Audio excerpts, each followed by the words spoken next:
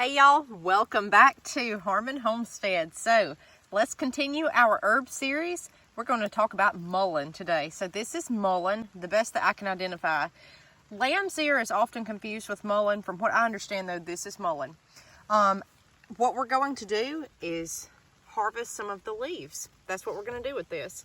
And it's been raining a little bit, as y'all can see. It's just beautiful here. So what I'm going to do is lift up the leaves. And even if it is lamb's ear, just say it is, you can tell by the color of the bloom. Mullein has yellow blooms, lamb's ear has purple. So I'm going to harvest the lower leaves up under here. And I want you guys to see this. Do you see that? It looks like brown carpet from the 70s. That's how the older leaves die off. Now this is very soft. It says lamb's ear is softer than mullein, so I don't know, but I'm gonna go with mullein because lamb's ear grows in rosettes that are all wadded up together, and this plant is far off from the next one down there, so I have a feeling this is mullein. And if I'm not mistaken, I've seen yellow blooms on this before. So I'm gonna get a couple of ears here. I don't want all, just a few. That one's kind of withered, but I want you to see. Look at that. It looks like brown felt. Look there. So we're going to take this back home. We're going to wash it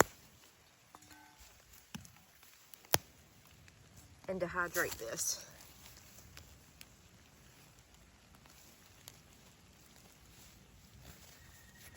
Trying to get leaves that don't look diseased. Okay, so I'm going to leave it be, and I'm going to move down to the next plant. So this that I'm looking at here, I'm going to say it's all mullein. Just a few plants here. So I'm going to pick, they say to use the fresh leaves, so I think I'm going to grab one fresh one just to see. And then a couple of the older ones here.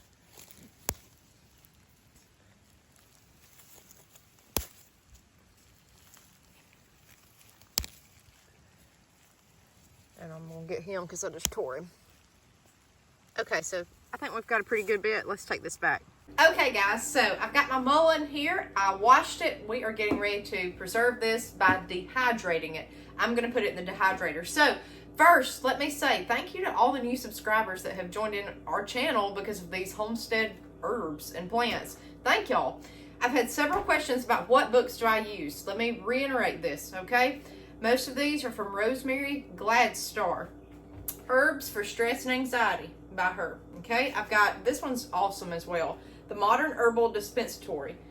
That one is great. It tells you how much to make with what and what you can do, like a tincture, infusion, things like that. Herbs for Common Ailments. Rosemary Gladstar's Herbal Recipes. Herbs for Long-Lasting Health by her. Her Medicinal Herbs. Then I've got this that I've not used yet, but we're getting there. The Introduction to Herbal Teas and Natural Remedies. And then last but not least, the whole backbone of this, the Encyclopedia of Herbal Medicine. So those books you need. So a lot of people with the mullein will hang this up. They'll take it and hang it up and tie a string around it and dry it this way. You can do that, but I'm not wanting the whole leaf. What I'm wanting is this to be chopped up to put in a tea or make a salve, an ointment with. That's what I am personally going to do with it. Also with mullein, you can do an infusion, you can do oil. A lot of people use this for respiratory complaints. It's an expectorant, or has expectorant properties, is how it's been studied. Also, a folklore tradition with this is to use this with garlic for an earache if it's certain type ear conditions.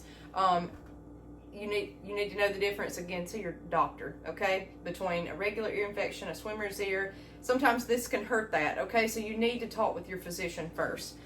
But what I'm going to do is have this just for tea. So what I've done is wash it here, and I am going to chop it up. So if you can tell, there's a million ways that mullein could be used on the homestead.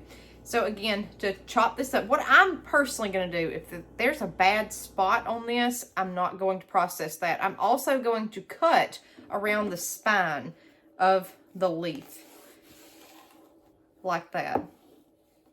You don't have to. This is just what I'm doing personally. I think it will be easier to process this way, like that, and just cut the spines out. Again, if there's a bad spot like that, I'm just not going to keep that. If you could see that little dark spot in there. So what I'm going to do with this is start chopping, and I am going to pretty much mince this up very fine.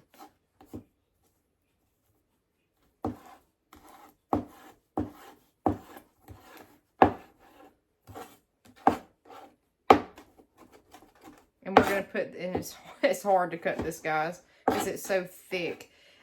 I always dehydrate my herbs at 95 degrees in my Presto dehydrator. On this, I do not know how long it will take. Probably it will take a while. Look at that with that knife.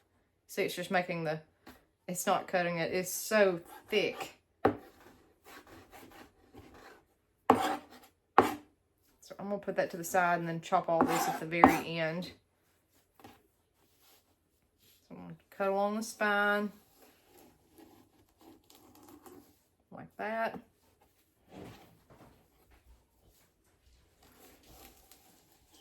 Like that.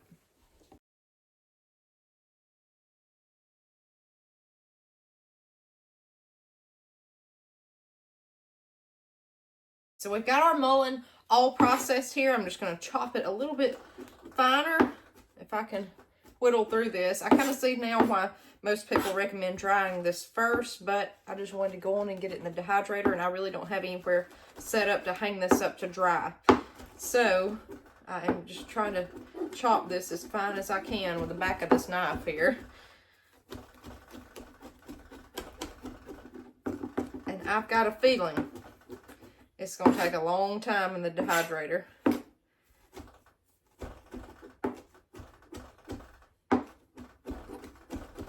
The only reason I'm chopping it up is so it will not take as long to dry in the dehydrator. Because if you dry something whole, it takes a whole lot longer than if it's finely chopped. Okay, that looks pretty good to me. So what I'm going to do is, I told you to get these mats, silicone mats or plastic mats, something to put your herbs on. I'm going to take just a handful and spread it on the mat. Try to spread it out as far as you can. And by chopping your herbs up, you can cram a lot more in that space, especially if you only have a couple of mats and not, you know, enough to do this with. Just try to make sure stuff's not overlapped best you can. I think we'll get all this on one tray. I know we will. The further apart you spread it apart, the quicker it'll dry. And sometimes I'll go through with my dehydrator and I'll kind of shake everything up. So that was all of those mullein leaves right there.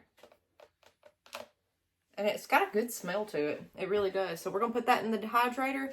And for whatever reason we see fit on the homestead to use this for, we've got mullein. So now we've got in our little home herbal stash, we have violets, roses, dandelions, white clover, purple nettle. I'm trying to think what else. And several other things. And now we've got mullein. So, and liard leaf sage, I forgot about that one. Check that video out. That's in everybody's yard. Everybody's yard. And you can use it for so many things. All right, guys. This is after 3 hours. This mullein is dry as a chip. And it's just the softest, little furriest thing you can imagine. But 3 hours, I was shocked. I figured it would have been a lot longer than that, seeing how thick it was. But no, it's dry. So 3 hours in the dehydrator at 95 degrees. With it diced like this, and you've got diced mullein to use on the homestead.